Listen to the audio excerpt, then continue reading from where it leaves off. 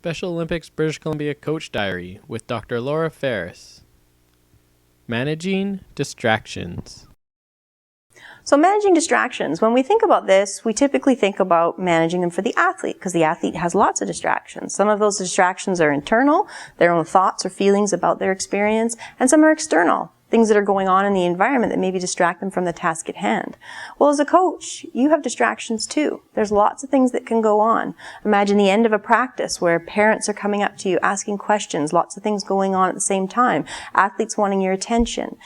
In the middle of an activity, things like that can happen. Assistant coach who has a question about something, another athlete that comes in, maybe a drill that didn't go as well as you thought, so you're running through these things in your mind. You've got to really be able to identify what are kind of the key distractions that I face and recognize them not only within competition settings, but also in practice settings as well. The better we are at being able to identify the distractions, the more prepared we are to be able to deal with them.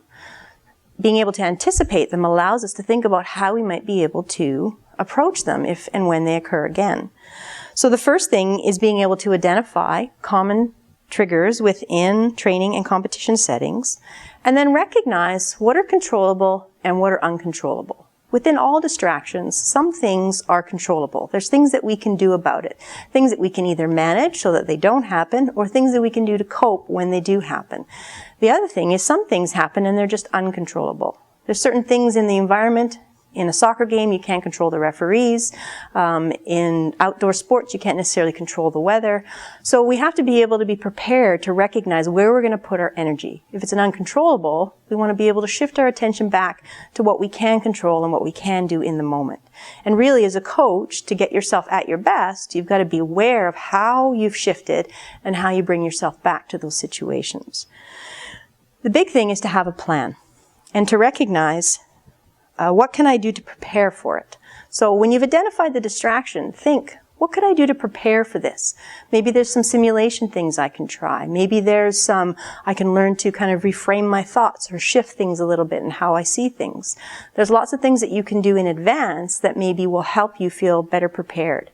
Maybe you have a list or a letter that goes out to the parents at the end, or notes of things that you're providing for them in an email. Anything like that can allow you to kind of feel able to manage those situations more. And the other thing is, what can you do to cope with it in the moment? If you know that it's an uncontrollable and it's just going to happen, like you're going to be bombarded with parents or athletes at the end, then think about how you want to be in that situation. What do I do to cope with it? Maybe you ask the parents for a couple of minutes while you just organize some things, and then you have time for questions.